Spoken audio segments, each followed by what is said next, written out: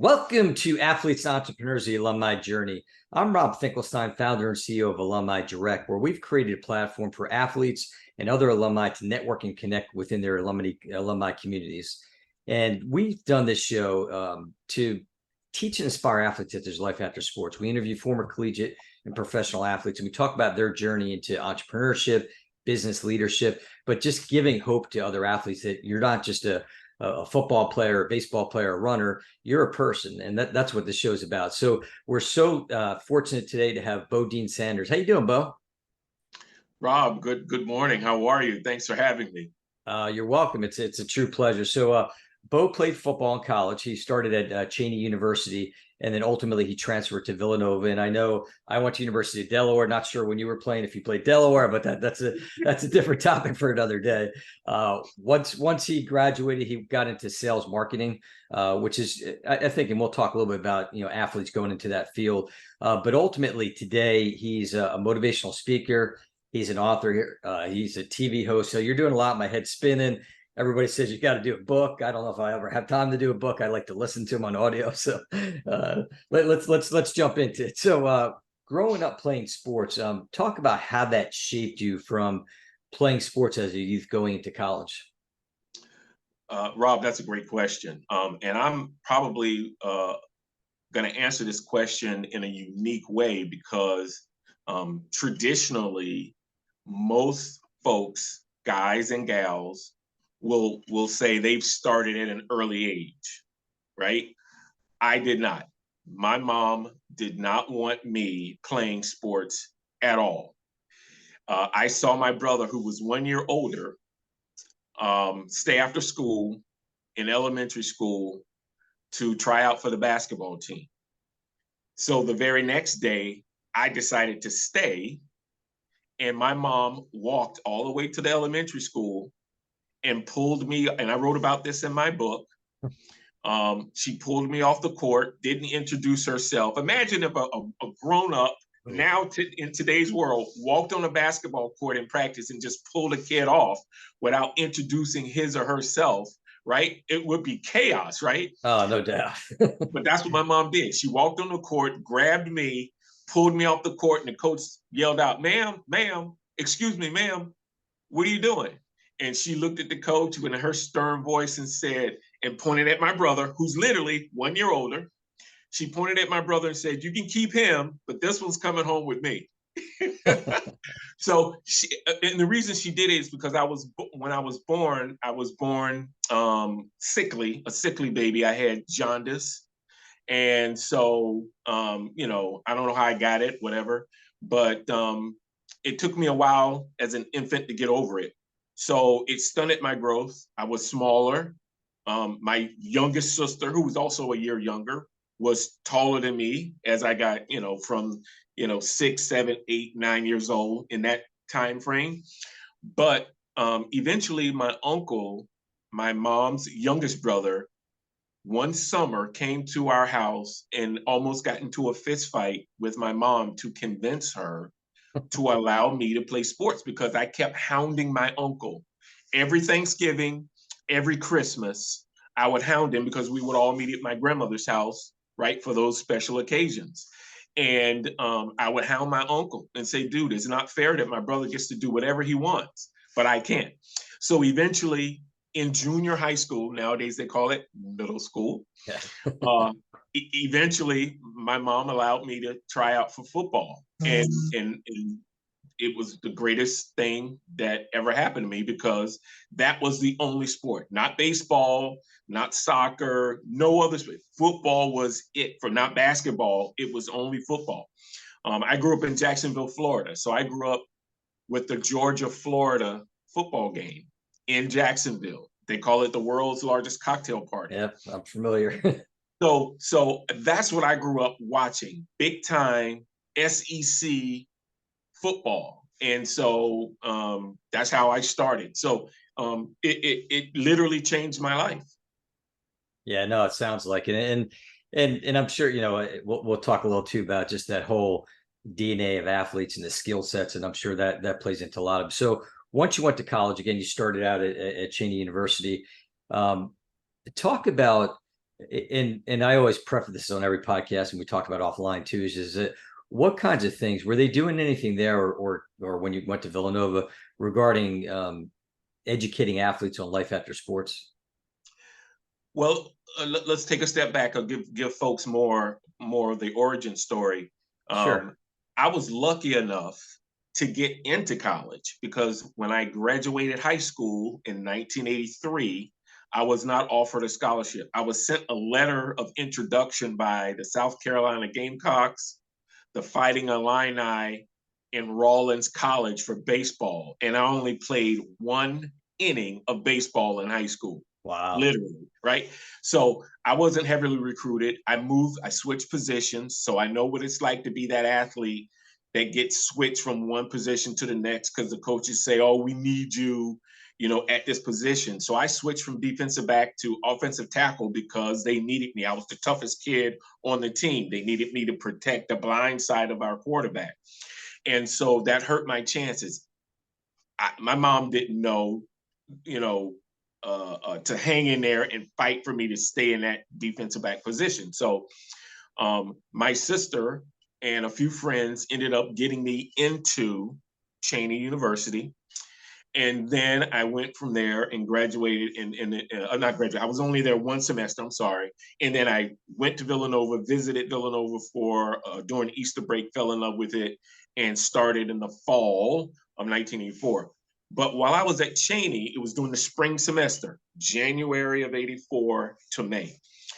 I was focused on two things: my academics, because I was lucky to be in school, and two, staying out of trouble so I can make the football team. So, in spring practice. And Andre Waters was a senior at Cheney, and he had obviously finished his senior season, and he was preparing for his opportunity to walk on someone's program. It turned out to be the Philadelphia Eagles. And so, but I saw how he and one of my high school teammates, who was also on the Cheney football team, how they conducted themselves. And it really was about Cheney is a Division II program. So the mentality of student athletes at a Division II program, 9 times out of 10 is a little different or a lot different than student athletes at a D1 school. Right. So my mentality was just first semester, make sure I didn't get in trouble, didn't do anything wrong, got my grades, and made the football team for the fall. That was my main focus.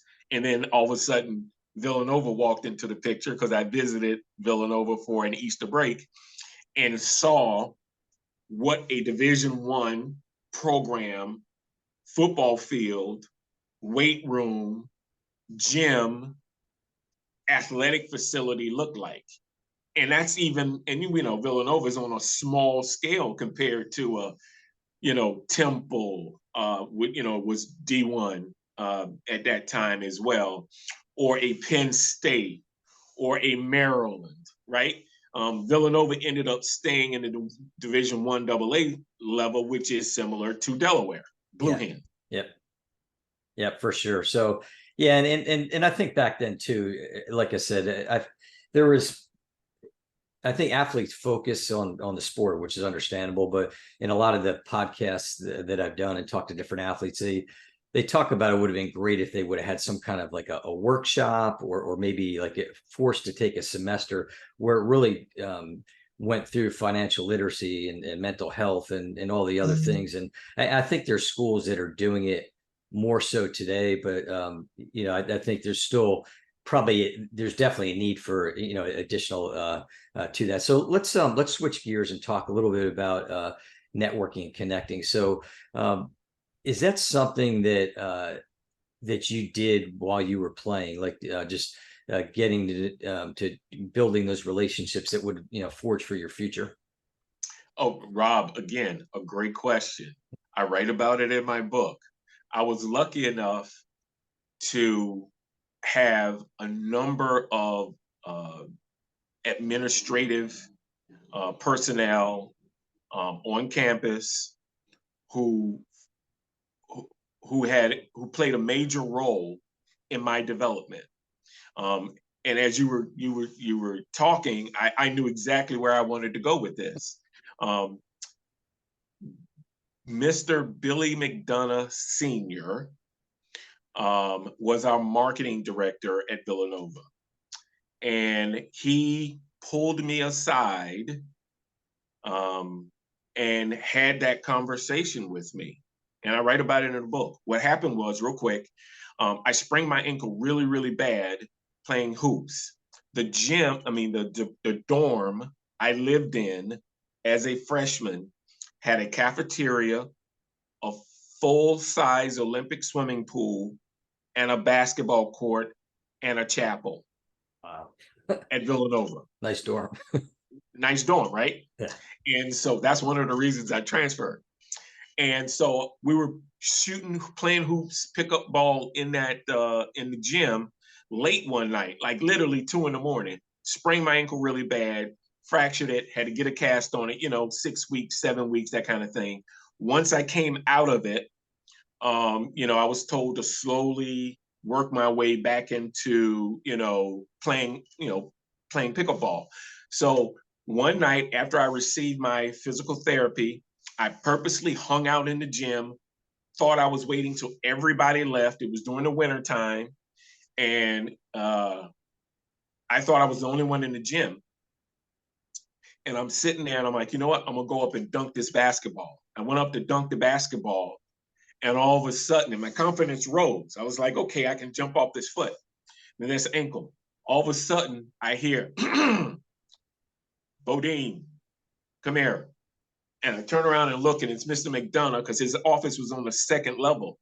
And he called me to his office, and he said, literally, first thing out of his mouth was, how you feeling? Great. He goes, I saw what you did. He goes, that's remarkable. He goes, but let me ask you a question. Have you thought about what you're going to do after football? Because he was smart enough to know that not everybody's going to make it to the pros. Right. He also knew the makeup of our football team. We were not, the only person at that point people heard of that graduated from Villanova and played football was Howie Long. Right? Yeah. So he knew we weren't a Penn State.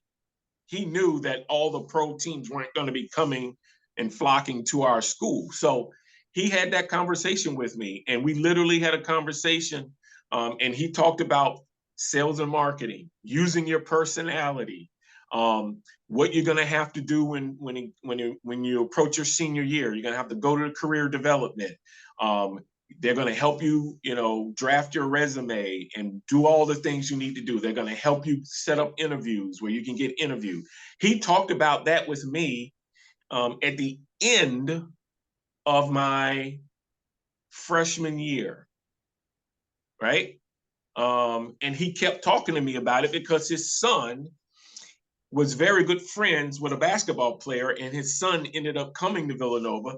So Billy McDonough Jr. was always around. So I always had I ate dinner at Mr. McDonough's house. So his wife was always asking. They had a lot, as a marketing guy, they had athletes over to their house, frequently. And they would all ask, what are you going to do after sports? Think about this, think about this. And they were smart enough to see everybody's personality, and they knew where the opportunities would fit. So yeah, I was lucky. I was very lucky. Not everybody had that resource in the 80s.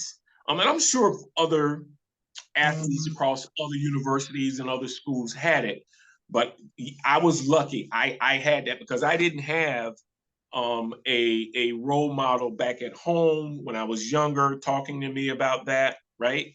And so I got lucky. Yeah, and I think that the biggest thing is, that we encourage, how important that is. I mean, you're building relationships even back to high school, and whether it's family, friends, or the big thing is coaches, obviously too. A big theme is if the coach is invested in their players, you hear a lot of stories about how they help them, when they do graduate to get jobs and other things like that. So it's important. We definitely encourage networking. I was talking to one agent, and he said that the best time to network is when you're still playing. And I think Hmm. a lot of the athletes unfortunately don't do that, just whether they're so zoned in to their sport. And I think it also depends, like you brought up about being in a smaller program per se, where not necessarily being, like you said, the SEC or some of these other big conferences. It's same thing in women's sports as well. Is that I think there's that, okay, well, we know that we're going to love playing sports through college, but ultimately we know it's going to be over, so they might focus a little more on that. So again, we encourage athletes definitely do that. And then how about kind of related to the same thing with alumni? So and I know we talked a little about this, and you got involved with Villanova's alumni. When you were there then, and then maybe look at today, were athletes coming, like was the school trying to get athletes to come back? And I don't mean just for like the homecoming games and golf tournaments, but coming back and working with the other athletes. Did you see that then, or do you see it today? No, they didn't do it back then. Again, I was at Villanova from 84 to 89. So no, they didn't do the athletic department or the university didn't do a great job, because I say that the reason I say that, because if they did, I wasn't aware of it. So even if they were doing it, I wasn't aware of it. So that means they didn't do an outstanding job.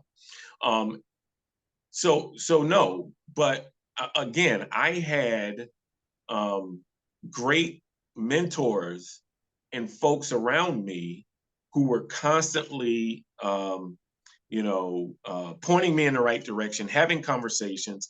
Again, I was lucky enough to babysit for, most people call him Dr. J. I call him Mr. Irving, Julius Irving. He lived right down the street from the campus. And so I was lucky enough to have conversations with him, and he was very instrumental in getting me an opportunity to go to the supplemental combine. But nowadays, the schools and universities are doing a great job of bringing former athletes back into the fold. I was invited back on campus just this past February, earlier this year. Um, um, and I did an interview.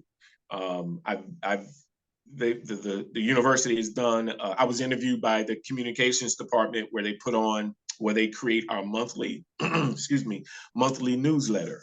Um, so, but more folks are now focused on trying to bring the former athletes back, because they know that adds value Sure. to what they're trying to accomplish. So to answer your question, back then, not so much. Nowadays, they're focused on it. Right, and that's great. And I think the only thing that I've I guess the flip side where I've heard is that sometimes because of changes, like the culture, like the athletic department might change over, the athletic director or coaches change, so there's a little bit of maybe disparity on alumni coming back. Like they might be bringing alumni back from their era, depending on how long they've been there, type thing.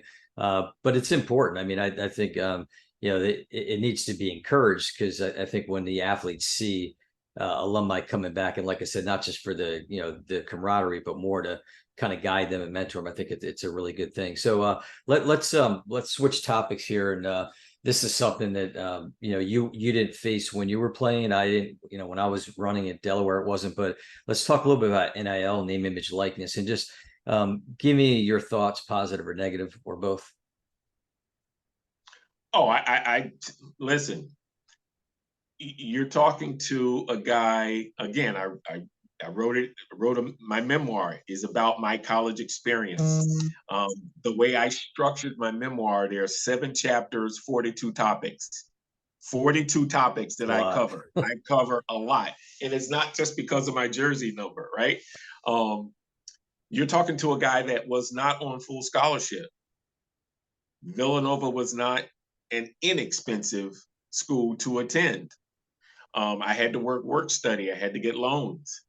Um, but again, because I didn't receive that full scholarship, that hurdle didn't stop me from trying to achieve what I needed to do, which was to graduate, right? And imagine if the NIL opportunity was available to me as a non-scholarship athlete. or athletes at the Ivy League schools that generally don't get athletic scholarships. They generally get academic scholarships, right? Um, because, Villanova has high academic standards. So we're not an Ivy League school, but we're ranked in the top. We've always Right. been ranked in the top 50 to top 100 schools out of thousands, right? Yeah. Um, and so I just could imagine um, the opportunity for a local pizza shop or a local business, because not just because of my small, and I mean very small, success on the field. It would have been more because of my relationship building with folks off the field. Right. I mean, I knew folks whose parents owned businesses throughout the area. And, just imagine the opportunities that I could have had because of the relationships I had with, a family member of someone who owned one of the top selling, top retail toy stores or clothing shops. It would have been at least an opportunity. So I'm all for name, image, and likeness, because when you don't have all of the funds, and we know the reason why the name, image, and likeness issue arose is because athletes who were on scholarship were complaining about the rules that Yeah. didn't allow them to even take a slice of pizza from somebody. Yeah. And then the per diem that they were getting wasn't enough, right? Where they could go out and buy additional food to put in their refrigerators that was in their dorm. So I'm all for name, image, and likeness. All for it. Yeah, I think it's great too. I think the only, in not necessarily a negative, but the fact, and this comes up a lot, just the education side. There needs to be more education, because there's a lot of stories out there, unfortunately, of athletes not necessarily being taken advantage of, but just not knowing the system, knowing that they have to pay taxes, and that I bring this up on multiple podcasts. I also do an NIL for you podcast as well, but we talk about, there was this one athlete who basically he got some kind of NIL deal. Let's say it was around $40,000 deal, and he and his friends spent the money, which I guess, at that age, athlete or non-athlete, I get it. But unfortunately, it raised the family income threshold, and the kid lost his scholarship too, because he didn't qualify for it anymore. And that stuff can't happen. And there's a lot going on out there with NIL, and just with legislations and all. But I agree, it's definitely something that's positive. So let's talk about transitioning out of sports for you. So you played football. You told us that starting out playing when you were younger, and once you got into it, all that time and effort you put in. How was it when you were done playing? Like, did you go through any kind of challenges of like looking at, hey, I'm Bo Dean, the football player, or did you handle it differently? I handle it differently because, again, I had great mentors on campus and off campus. Mr. Irving being one of them, Bobby Lambert, Don DeCarlo, Mr. McDonough, Gene Fazio. I mean, I wrote about all these folks in my book because they took the opportunity. Joe McGuckin. I mean, there's just so many people. Ed Collymore, Chip Jenkins. I mean, there's just so many um, um, administrators and guys who had graduated, who were seniors Right. when I was a freshman. And I need to give them credit. Ed Pinckney, Dwayne McClain. I mean, there was just so many, Harold Presley, so many guys that had a positive effect on me as I became a senior. Um, it wasn't as bad as other athletes, and I've been hearing stories Sure. lately, right? That a lot of folks, a lot of athletes have really went into deep depression. Yeah. I was lucky enough. My first job out of college was with Gallo Winery, right? And it was in New York. So what kid wouldn't? I mean, I had my job offer from Gallo was so early on in the spring semester that I had my job offer on the table probably before, and I'm going to be cautious here, probably before 60% of my senior class, right? And so I had no worries. And then Mr. Irvin had me set up again to go to the supplemental combine that happened after the draft. And he wanted me, because he had that long conversation with me, he didn't want me to be that guy that ages out, Right. right? That was the term he used. He wanted me to go to the combine, see, and get that letter grade. If I was good enough to be a free agent draft, then great. If I wasn't good enough, no worries. I had a job, right? Yeah. And so I got a C plus. A C plus isn't good enough to get a free agent signing, because Right. they changed the route. They changed the rules in 1987 or 88, where you couldn't just walk up like Andre Waters did, walked on to the Eagles practice field and said, "I want to try out for the team." That just, they changed the rules, right, because of collective bargaining agreement. So I was fine. I worked in New York. I stayed athletic by jogging, clearing my mind at the end of the day, joining a gym. But I didn't want to, and most people say, well, why don't you become a coach? I didn't want to do that. I wanted to stay in the business world.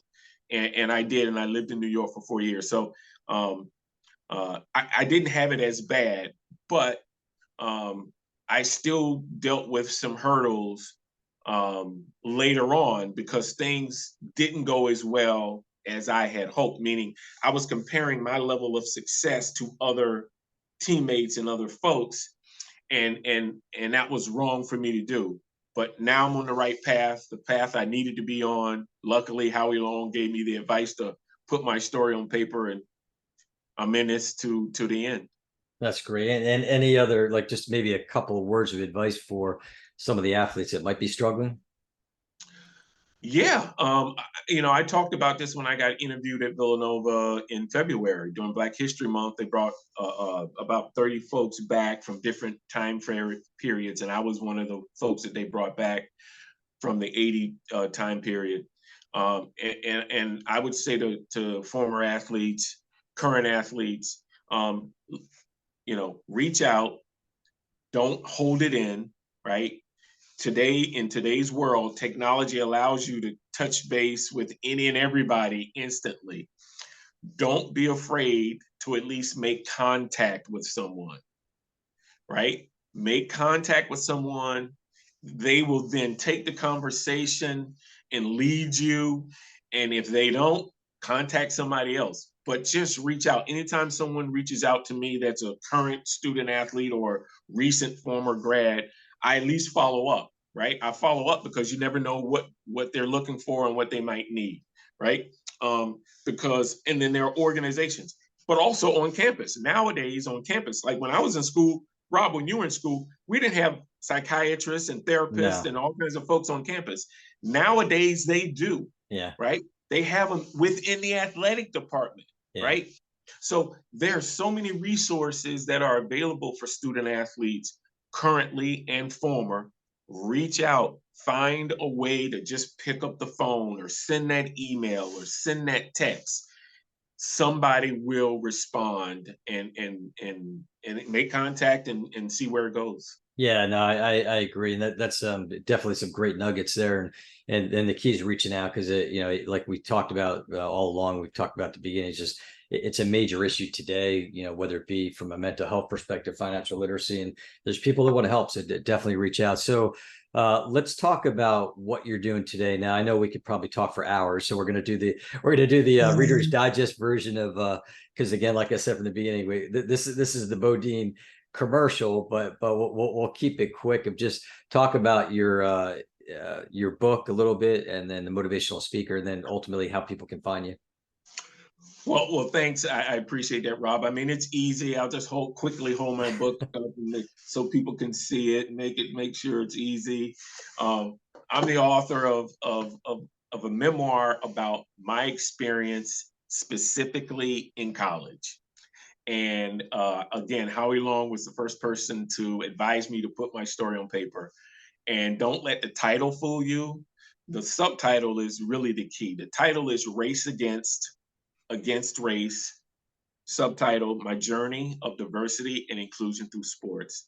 And basically, I write about how team sports is a great way to build relationships across different socioeconomic backgrounds, religion, ethnicity, all of it, right? Because diversity is not a bad word, right?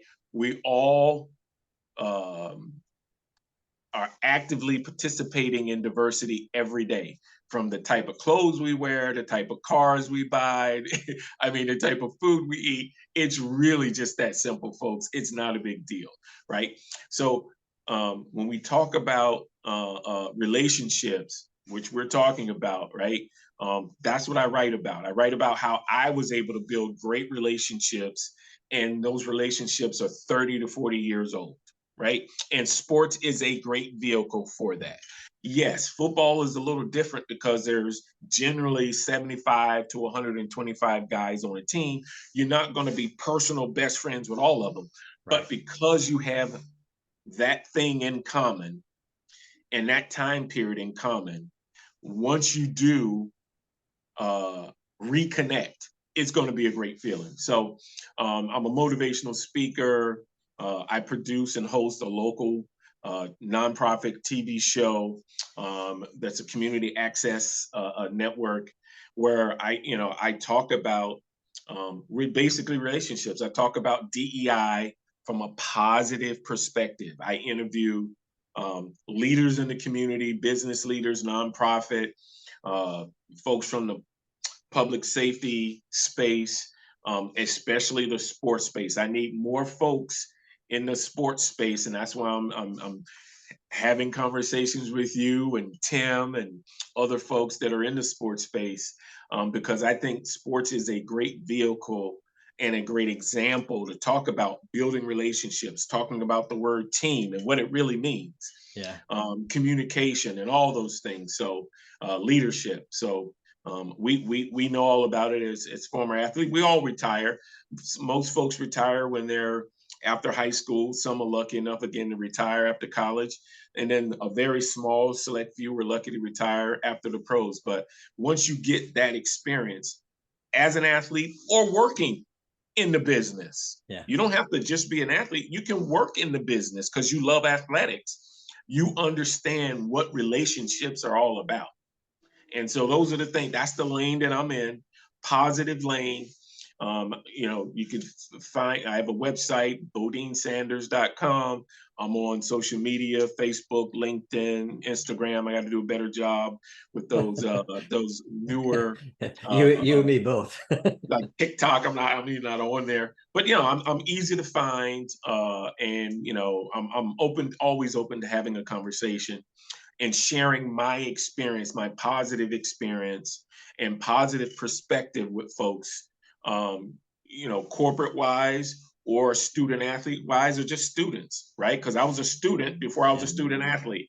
Sure. So I'm all about sharing my perspective and knowledge. Thanks for the opportunity. Oh, you're welcome. It was a pleasure. And I mean, we'll put all that in the show notes as well. And then you could find us at alumnidirect.com. You could follow us on LinkedIn and Facebook and X and Instagram, all that. But I really encourage people to go and listen to the show. And we just want to make a positive impact and obviously help as many athletes as possible in this journey. Just give them hope that there is, again, a life after sports. So thanks again, Bodine. We appreciate you. Have a wonderful day.